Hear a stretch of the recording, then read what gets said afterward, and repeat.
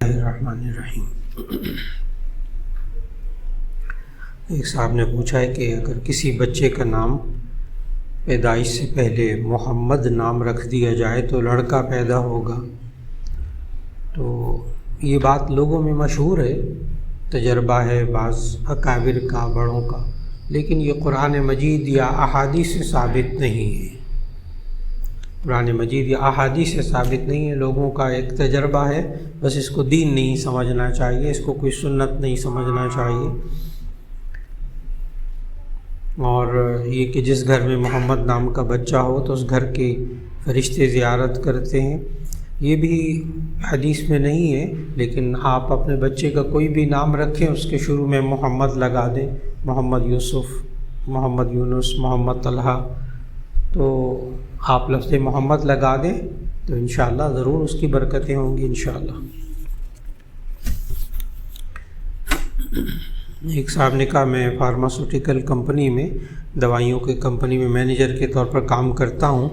ہم ڈاکٹر حضرات کو میڈیسن لکھوانے کے لیے کمپنی کی طرف سے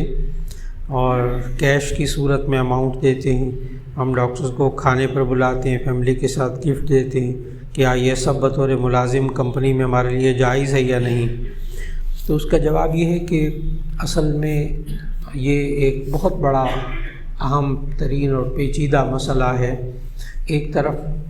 دوائیوں والی کمپنیاں وہ دوائیاں بناتی ہیں، اب انہیں بیچنا بھی ہے،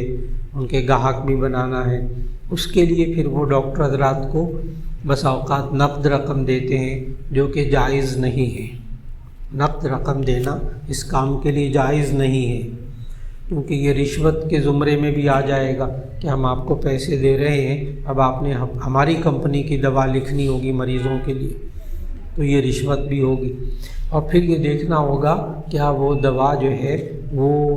کہیں دھوکہ تو نہیں ہے، غلط دوا تو نہیں ہے، اس میں ناقص اجزاء تو نہیں ہے۔ اگر ناقص اجزاء ہوں تو پھر بھی ڈاکٹر کو وہ لکھ کر دینا پیسے لے کر وہ بھی درست نہیں ہوگا۔ ہاں اس کا معیار درست ہے، معیار اچھا ہے، پھر ترغیب کے لیے ڈاکٹر حضرات کے لیے کچھ کیا جائے، جیسے کوئی ہدیہ دے دیا جائے، کوئی مختصر سا تحفہ دے دیا جائے تو گنجائش موجود، لیکن یہ ڈاکٹر کو پابند کرنا کہ ہم آپ کو ہوٹلنگ بھی کروائیں گے، ہم آپ کو تفریحی دوروں پر بھی بھیجیں گے، ہم آپ کو غیر ملکی دوروں پر بھی بھیجیں گے، اور آپ نے صرف ہماری دوا لکھنی ہے،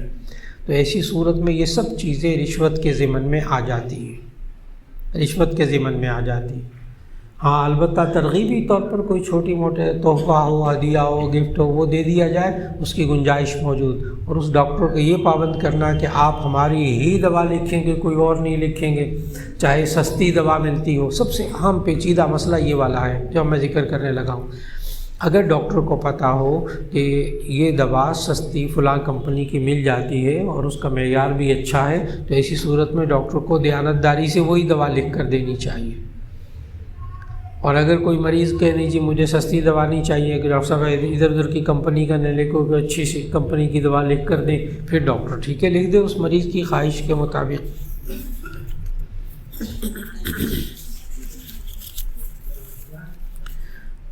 ایک صاحب نے کہا کیا سورہ یاسین مبین کے ساتھ پڑھنا ٹھیک ہے؟ جی وہ ایک خاص طریقہ ہوتا ہے کہ لوگوں میں مشہور ہے، کوئی آیت یا حدیث نہیں ہے کہ سورہ یاسین میں کئی جگہ مبین کا لفظ آتا ہے، تو جہاں پہلے مبین پہ آئے پھر دوبارہ سورہ یاسین پڑھ کر اگلے مبین تک جائیں، پھر اگلے مبین پر پھر ساری سورہ یاسین کو پڑھتے ہوئے پھر دوسرے مبین تک جائیں، تو یہ ایک بزرگوں کا عمل ہو سکتا ہے، لیکن ایسی صورت میں اس کو سنت یا کوئی وظیفہ، مسنون وظیفہ ہرگز نہیں سمجھنا چاہیے۔ آپ سورہ یاسین ویسے سیدھی طرح پڑھ لیں، انشاءاللہ العزیز اللہ تعالیٰ اس کی جو برکتیں نبی صلی اللہ علیہ وسلم نے بتائیں کہ اس سے حاجات پوری ہوتی ہیں، انسان کی آخرت درست ہوتی ہے، انسان کی حاجت پوری ہوتی ہے، ٹھیک ہے، اس کے لیے سورہ یاسین پڑھ لیجئے، اللہ تعالیٰ ضرور ثواب عطا فرمائے گا۔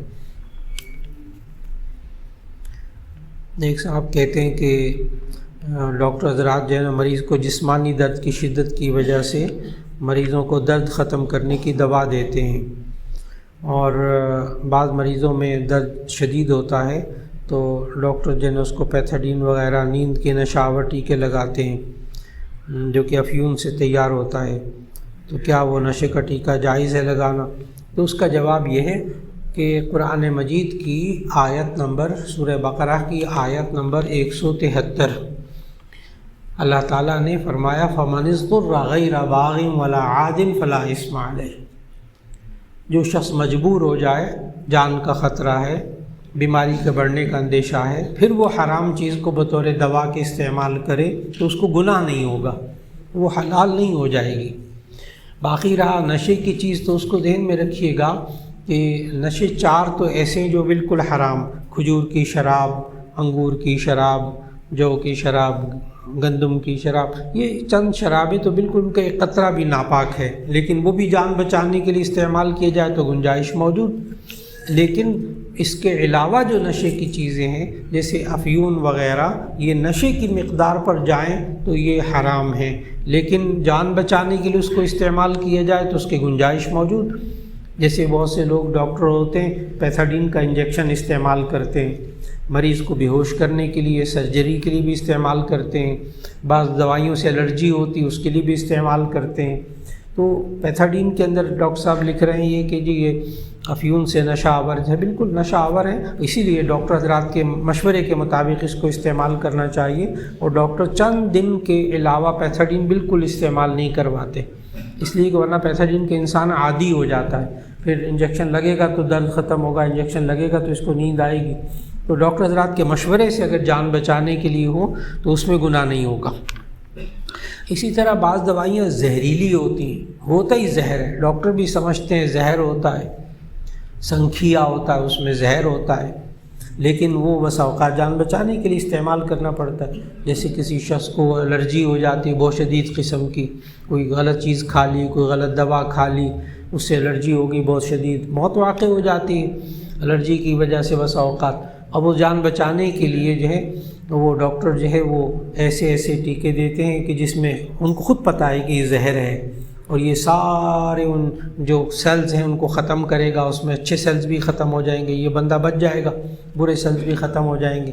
تو اسی صورت میں اب ڈاکٹر صاحب جانتے ہیں سولوکارٹف، اب سولوکارٹف کیا ہے؟ اسٹیرائڈ زہر ہے، میرا زہر ہے، لیکن وہ جان بچانے کے لیے لگانا پڑتا ہے اس وقت بندے کو، کیونکہ اس کے سارے سیلز کو ختم کر دے، اس میں اچھے برے سارے سیلز ختم ہو جاتے ہیں، تو اس سے اللہ تعالیٰ جان بچا لیتا ہے، بعد میں سیل دوبارہ بن جاتے ہیں۔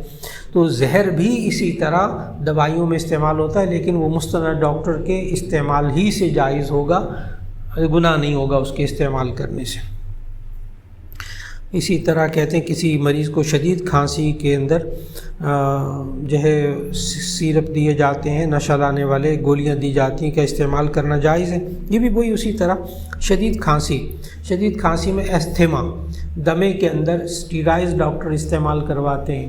بسا اوقات نشے کی چیز استعمال کرواتے ہیں، لیکن ہمارے معاشرے کے اندر یہاں تو اتنا نہیں، لیکن گاؤں دیہات میں اور پہاڑی علاقوں میں بہت ہے، بچوں کو سلانے کے لیے افیون استعمال کرتے ہیں، افیم دیتے، چھوٹی سی افیم دے دے بس ٹھیک ہو جائے گا، لیکن بچے کو نمونیا ہو جائے پھر حکیم لوگ افیون دیتے ہیں، وہ جائز ہوگا بچے کی جان بچانے کے لیے، لیکن محض سلانے کے لیے نشے کی دوا دینا یہ ڈاکٹر کی اجازت کے بغیر ہرگز نہیں کرنا چاہیے۔ ایک صاحب نے کہا تہجد یا حاجت کے نفل ادا کرتے وقت سجدے میں دعائیں مانگی جائیں یا آخر میں رب اجعلنی والی دعا کے ساتھ؟ جی، تہجد میں، صلاۃ الحاجت میں، نفلی نمازوں میں سجدے کے اندر آپ عربی میں دعائیں مانگ سکتے ہیں۔ نفلی نماز کے اندر کوئی بھی نفلی نماز ہو فرائض کے علاوہ تو آپ اس میں سجدے میں جا کر دعائیں مانگ سکتے ہیں، لیکن اردو میں نہیں، کیونکہ بعض ائمہ کے نزدیک اردو اپنی زبان بولی جائے تو اس سے نماز فاسد ہو جاتی ہے، امام ابو حنیفہ رحمہ اللہ کے نزدیک، تو اس سے بچنے کی کوشش ہو جائے۔ ایک صاحب نے کہا کہ پتہ نہیں کیا لفظ لکھا، نیت سے کسی لڑکی سے شادی کر شریعت کی روح سے جائز ہے، جبکہ اس روپے سے اچھا یہ پیچھے اچھا بلا شبہ خوشبو لگانا سنت ہے، یہ خوشبو لگانے کا مسنون طریقہ کیا ہے؟ جی، نبی صلی اللہ علیہ وسلم نے خوشبو لگانے کے لیے کوئی خاص طریقہ تو نہیں بتایا، البتہ یہ ادب ضرور بتایا کہ خوشبو مرد جو لگائے تو اس میں رنگ نہ ہو، اور خوشبو جو ہے زیادہ ہو رنگ نہ ہو، اور عورت وہ خوشبو لگائے جس میں رنگ ہو لیکن زیادہ خوشبو نہ ہو، غیر مردوں کو وہ خوشبو نہ سنگھائی دے، اس لیے مرد وہ استعمال کرے خوشبو جس میں رنگ نہ ہو۔ اور عورتیں وہ خوشبو استعمال کریں جس میں رنگ تو ہو لیکن اس میں خوشبو زیادہ نہ ہو، غیر محرم کو نہ پہنچے، باقی اور کوئی خاص وجہ طریقہ نہیں بتایا نبی صلی اللہ علیہ وسلم نے۔ ہاں، ایک یہ سوال تھا کہ یورپی ممالک میں بسنے والے پاکستانی اپنی بیٹیوں کا رشتہ پاکستانی مسلمانوں سے کرتے ہیں، مگر یہ پاکستانی بچے کی پیدائش کے بعد اپنی بیوی کو طلاق دے دیتے ہیں۔ ان کا مقصد صرف یہ ہوتا ہے کہ بچے کی پیدائش کے بعد نیشنلٹی کا حصول ہوتا ہے۔ کیا اس نیت سے کسی لڑکی سے شادی کرنا شریعت کی روح سے جائز ہے، جبکہ اس رویے سے بچی اور اس کے والدین کو شدید تکلیف کا سامنا کرنا پڑتا ہے؟ دراصل جب نکاح کیا جائے اور اس میں جو نکاح کی شرائط ہیں اور گواہ ہیں وہ مکمل ہوں تو نکاح ہو جائے گا، اور اس میں پہلے سے طے شدہ شرط نہیں ہوتی، ذہنوں میں یہ باتیں بسا اوقات ہوتی ہیں۔ چند لوگ ہیں بیچارے جو مادہ پرست ہوتے ہیں، جن کے نزدیک انسانی رشتوں کی کوئی قدر نہیں ہوتی، وہ یہ ایسے ہیلے بہانے کرتے ہیں، ورنہ عام طور پر ایسا ہوتا نہیں ہے۔ عام طور پر باہر کے غیر ملکی لوگ ہوتے ہیں، بسنے والے پاکستانی اپنی بیٹیوں کا رشتہ پاکستانی مسلمانوں سے کرتے ہیں، وہ اسی لیے تاکہ ان کا دین بچ جائے، ان کے بچوں کا آگے ایمان بچ جائے، یہ فکر بالکل ٹھیک۔ لیکن اگر شروع سے کوئی نیت غلط رکھے تو ایسی صورت میں نکاح تو ہو جائے گا لیکن اس کو بری نیت رکھنے کا گناہ ہوگا، وہ الگ چیز ہے بالکل۔ ایک صاحب نے کہا یہ جو آج کل مارکیٹ میں واٹر پروف موزے آئے ہیں ان پر مسح کرنا جائز ہے اگرچہ وہ چمڑے کے نہیں ہیں؟ جی، مارکیٹ کے اندر جو موزے ریگزین کے بنے ہوئے آئے ہیں، باریک جو ہے وہ کیمیکل کے بنے ہوئے آئے ہیں، اور یہ مچھلی کی کھال کے بھی اب موزے آ چکے ہیں، مچھلی کی کھال کے، تو اگر تو کسی بھی جانور کی کھال کے موزے ہوں تو وہ موزے کہلائیں گے اور اس پر مسح کرنا جائز ہوگا۔ جیسے یہ مچھلی کی کھال کے اب جو نئے موزے آئے ہیں نئے طرز کے، وہ ریگزین نہیں ہے، وہ اوریجنل مچھلی کی کھال ہوتی ہے، اس کو پروسیس کر کے بناتے ہیں، بہت باریک ہوتے ہیں، لیکن یہ ہے کہ اس پر مسح کرنا 100% جائز ہے۔ جہاں تک ہوا ریگزین وغیرہ کے موزے، مصنوعی چمڑے کے موزے، تو چونکہ وہ بھی چمڑے کی صورت میں ہوتے ہیں تو ایسی صورت میں اس پر بھی مسح کرنا جائز ہوگا۔ لیکن جو بالکل باریک ہے نا موزے، جیسے ہم آج کل عام نائلون کے یا کاٹن کے باریک موزے پہنتے ہیں، جرابیں پہنتے ہیں، اس کے بارے میں ایک بات طے رکھیں، چاروں ائمہ میں سے کسی کے نزدیک بھی اس پر مسح جائز نہیں ہے۔ یہ کوئی اختلافی مسئلہ، عجیب و غریب چیز ہے۔ یہ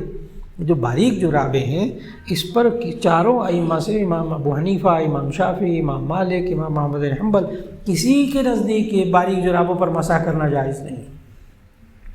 ہاں، موٹی جرابیں ہوں، جیسے کہ اونی جرابیں، بہت موٹی جرابیں ہوں، اور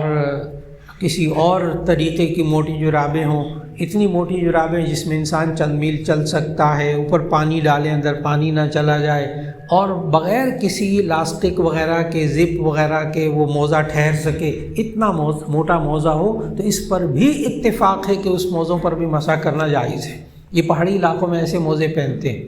موٹی اون کے ہوتے ہیں، جانوروں کی اون کے موزے ہوتے ہیں، بڑے موٹے موٹے، وہ پہنتے ہیں سردی سے بچاؤ کے لیے۔ بسا اوقات یہ پنڈلی پورا ڈھانپ لیتے، گھٹنوں تک وہ موزے ہوتے ہیں پہننے والے، تو اس پر مسح جائز ہے۔ تو موٹے قسم کی جرابیں ہوں تو ان پہ مسح کرنا جائز ہوگا۔ اسی طرح اب مارکیٹ میں ایک اور قسم کے موزے آئے ہیں کہ اندر تو جرابیں ہیں، اندر جراب ہے، ویسی باریک جراب جیسے ہماری ہوتی ہے کاٹن کی، اوپر انہوں نے مکمل چمڑا چڑھایا ہوا ہے، اس کو کہتے ہیں جوربین منعلین، جوربین مجلدین، وہ جرابیں جن کے اوپر چمڑا چڑھا دیا جائے، ان پر بالاتفاق مسح کرنا جائز ہے۔ اس سے فائدہ یہ ہوتا ہے کہ وہ سردیوں کے اندر نہ پاؤں میں پسینہ وسینہ آتا ہے تو پاؤں گلتے نہیں۔ بعض لوگ ہوتے ہیں جن کو یہ موزے پہنتے ہیں نا چمڑے کے، تو پسینہ آ کے ان کی انگلیاں گلنی شروع ہو جاتی ہیں، اندر انگلیوں کے اندر جوڑ ہوتے ہیں وہ گلنے شروع ہو جاتے ہیں، اسکن کا پرابلم شروع ہو جاتا ہے، اسکن الرجی شروع ہو جاتی ہے۔ تو ایسی صورت میں، اور یہ آپ ذہن میں رکھیں کہ موزے آپ نے صبح وضو کیا فجر کے وقت، جو آپ شہروں میں رہنے والے حضرات ہیں ان کے لیے بڑی سہولت ہے، سردیوں میں بزرگوں کے لیے، کام کاج کرنے والوں کے لیے بہت سہولت ہے کہ صبح فجر کے وقت وضو کریں اور اس کے بعد پہن لیں موزے، بس اس کے بعد جب وضو ٹوٹے گا آپ نیا وضو کریں اور صرف موزوں کے اوپر مسح کر لیں۔ یہ آپ ایک دن ایک رات کر سکتے ہیں شہر میں رہنے والے حضرات، سفر میں 3 دن 3 رات تک اسی طرح، بس ایک دفعہ وضو کر کے پہن لیں اس کے بعد آپ 3 دن 3 رات تک سفر میں اس پر مسح کر سکتے ہیں، اس میں کوئی اختلاف نہیں، بعض احادیث ہیں۔ اور اگر آپ شہر میں رہتے ہیں، اپنے گھر میں رہتے ہیں، تو صبح ایک دفعہ پہن لیں اور پھر اس کے بعد 1 دن 1 رات یعنی 24 گھنٹے تک وہ انسان اس پر مسح کر کے وضو کرتے ہوئے مسح کر سکتا ہے۔ تو بہت اچھی خاصی سہولت، بہت اچھی خاصی سہولت۔ ایک صاحب نے کہا میت پہ کلمے والی چادر ڈالنے کی شرعی حیثیت کیا ہے؟ جی، اصل میں میت کے اوپر چادر عام ڈال دی جائے، اس پر آیت الکرسی لکھی ہے، کلمے لکھے ہیں، یہ درست نہیں ہے، بے ادبی ہے۔ اور خاص طور پر بعض لوگ ہوتے ہیں وہ جو دفناتے ہیں تو اس وقت سلیبوں کے اوپر آیات لکھتے ہیں، سلیبوں کے اوپر آیات لکھتے ہیں، کلمہ لکھتے ہیں، کفن کے اوپر لکھتے ہیں، وہ سب بے ادبی ہے، وہ سب بے ادبی ہے، اور اس کو کوئی نیکی کی بات بھی نہیں سمجھنا چاہیے۔ ایک صاحب نے کہا کہ ایک کمرشل پلازا خریدنے کا ارادہ ہے تاکہ کرائے کی مد میں آمدن ہو سکے، مگر پلازا کرائے پر ایک بینک کمرشل کو پہلے سے دیا ہوا ہے، اس خریداری اور کرائے کی آمدن کی شرعی حیثیت کیا ہوگی؟ کیا بینک کے ساتھ کرائے کا معاہدہ 10 سال کے لیے ہے؟ اس کا جواب یہ ہے کہ اگر تو وہ اسلامی بینک ہے، اب تقریباً انشاءاللہ سب کے سب کچھ عرصے کے بعد پاکستان کا ہر بینک، اب تو پابندی لگ گئی نا، IMF کی طرف سے بھی اجازت مل گئی، بلکہ حکم آ گیا لکھا ہوا اسٹیٹ بینک کو کہ جتنے بینک ہیں سب کو کہیں کہ اسلامک ونڈو کھولیں، باقاعدہ تحریری حکم آ چکا ہے گزشتہ 4 سال پہلے۔ اب اس میں اسٹیٹ بینک نے باقاعدہ جماعت بنائی ہوئی ہے جس کے سربراہ مولانا تقی عثمانی صاحب دامت برکاتہ کہ جی ہم کیسے سارے بینکوں کو اسلامائز کریں۔ تو اور چند بینک ایسے ہیں پاکستان میں جو مکمل طور پر سودی کاروبار سے نکل چکے ہیں، یعنی بینک مکمل نکل چکا ہے۔ ان میں نام بھی لے لوں تو کوئی حرج نہیں، اس میں میزان تو پہلے ہی تھا، میزان بینک، اب فیصل بینک، بینک الفیصل، یہ 100% انہوں نے ہر شاخ کو سود سے نکال لیا، یعنی کوئی بھی پروڈکٹ ان کی سودی ہے ہی نہیں۔ تو اس طرح اللہ تعالیٰ توفیق عطا فرمائے، آگے چل کر اور بھی بینک اس طرف آئیں، لیکن اب اسلامی ونڈو ہر بینک میں موجود ہے۔ ایسی صورت کے اندر جو بینک غیر سودی کاروبار کرتا ہو تو ایسی صورت کے اندر اس کو کرائے پر دینا جائز ہوگا، اور اگر آپ پہلے کر چکے ہیں، اب معاہدہ نہیں ختم کر سکتے تو توبہ اور استغفار کرتے رہیں، اس کا کرایہ لینا آپ کے لیے جائز ہوگا۔ ایک صاحب نے کہا کہ میری دینی تربیت دینی ماحول میں ہوئی ہے، بچپن سے نماز تلاوت گھر میں دی گئی، اب شادی جہاں ہوئی ہے وہ لوگ ماڈرن ہیں۔ اچھا، یہ لڑکی کی طرف سے ہے، کہہ رہے شوہر البتہ نماز پڑھتے ہیں مگر اسکارف لینے چادر لینے سے منع کرتے ہیں، ٹراؤزر پہننے کا کہتے ہیں، گھومنے پھرنے باہر گھمانے پھرانے کا رواج ہے، میں اس حالات میں کیا کروں؟ شوہر کی بات مانتی ہوں تو اللہ کی ناراضگی کا ڈر ہوتا ہے، تو کیا کیا جائے؟ جی، اس کا یعنی خاتون کی طرف سے ہے، لڑکی کی طرف سے کہ جی میری تربیت دینی ماحول میں ہوئی ہے، اب جہاں رشتہ ہو رہا ہے وہ لوگ ماڈرن لوگ ہیں، تو ایسی صورت کے اندر اب چیزوں کو دیکھنا ہوگا، اس وجہ سے کبھی بھی رشتے کا انکار نہ کیا جائے۔ بچی دیندار ہو اور رشتہ آ جائے ایسا تو انکار نہ کیا جائے۔ اب اس کا طریقہ کیا ہے کہ آپ جائیے، رشتہ ہو جائے، پھر اس کے بعد جتنی اللہ اور اس کے رسول صلی اللہ علیہ وسلم کے احکام کے مطابق اچھے اخلاق کے ساتھ وقت گزاریں، آہستہ آہستہ انشاءاللہ وہاں پردہ بھی آ جائے گا، وہاں گھروں میں نماز بھی آ جائے گی، لیکن یہی بچی جا کر آگے دین پھیلانے کا ذریعہ بھی بن سکتی ہے۔ یہ نوجوانوں میں وقتی طور پر ہوتا ہے، ماڈرن ہونا کوئی بری بات نہیں ہے، ماڈرن ہونا کوئی بری بات نہیں ہے، اصل بات گناہ ہے کہ ماڈرنزم میں گناہ نہ آ جائے۔ اگر ماڈرنزم ہو، نئی نئی باتیں، جدید باتیں، کوئی حرج کی بات نہیں، بس یہ کہ وہ جدید بات قرآن و سنت کے خلاف نہ ہو۔ ماڈرن ہونا خود کوئی بری بات نہیں ہے، اصل بات یہ ہے کہ وہ اس کے اندر قرآن و سنت کی خلاف ورزی نہ ہو۔ اب یہ شادی کر لے گی، انشاءاللہ العزیز حلال مال وہ اس کو کھلائے گا، گھر کے اندر حرام مال نہیں آئے گا انشاءاللہ۔ صرف اتنی سی بات ہے نا پردے کی، تو پردے میں جتنا پردے کی اجازت، سب سے اہم بات کہ جب شادی ہو جائے تو اس بچی کو کہا جائے دیکھو اپنے دونوں ہاتھ، دونوں پاؤں اور چہرے کے علاوہ کم از کم تمام سے اپنے آپ کو ڈھانپنے کی کوشش کرنا۔ اب جہاں انہوں نے لباس لکھا تو جو جس لباس میں بے پردگی ہوتی ہو اس سے بچنا چاہیے، اور جس لباس میں پردگی نہ ہو وہاں گنجائش موجود۔ نامحرم موجود ہے اس گھر میں، پردہ نہیں ہے تو جی آپ اپنے صرف دونوں ہاتھ، دونوں پاؤں اور چہرہ، اور جب کوئی غیر محرم سامنے آ جائے کوشش کریں اس کے ساتھ تنہائی میں نہ بیٹھیں، بے تکلفی اس سے نہ کریں، ٹھیک، ضروری بات ہو وہ کر لی تو ایسی صورت میں انشاءاللہ آہستہ آہستہ بہت ساری بچیاں جو دینی تربیت والی ہوتی ہیں جب ایسے گھرانوں کے اندر جاتی ہیں تو اپنے اخلاق، اپنے عمل، اپنی دینداری، اپنی شرافت، اپنی خوبیوں کی وجہ سے باقی سارے خاندان کو بھی اس طرف متوجہ کر لیتی ہیں۔ ایک صاحب نے کہا میں پارٹ ٹائم جو ہے وہ اینڈرائڈ موبائل بائک چلاتا ہوں، بعض اوقات بکنگ آتی ہے جب وہاں سواری لینے جاتا ہوں تو فیمیل ہوتی ہے،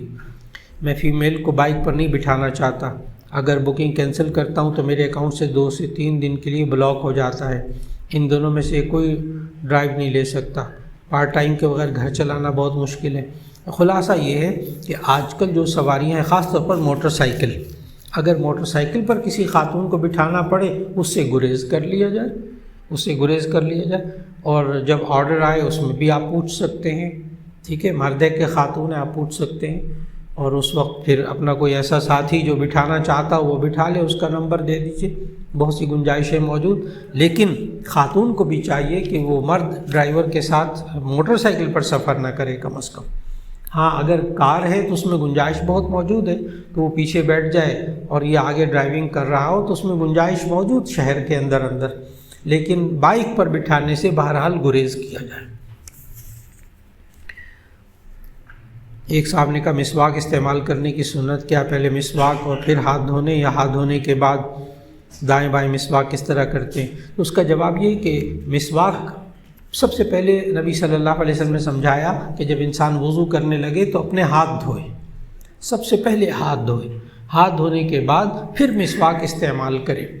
اور مسواک جو ہے اس کے لیے سنت طریقہ کہ یہ انسان کم از کم اتنی لمبی مسواک لے جو ایک بالشت کے برابر ہو، زیادہ سے زیادہ مقدار، اور کم از کم مقدار ایک چھوٹی انگلی کے برابر، اتنی ہو جائے تو پھر بدل لیجئے، بس ایک بالشت اور ایک چھوٹی انگلی کے درمیان، یہ احادیث سے باتیں ثابت ہیں۔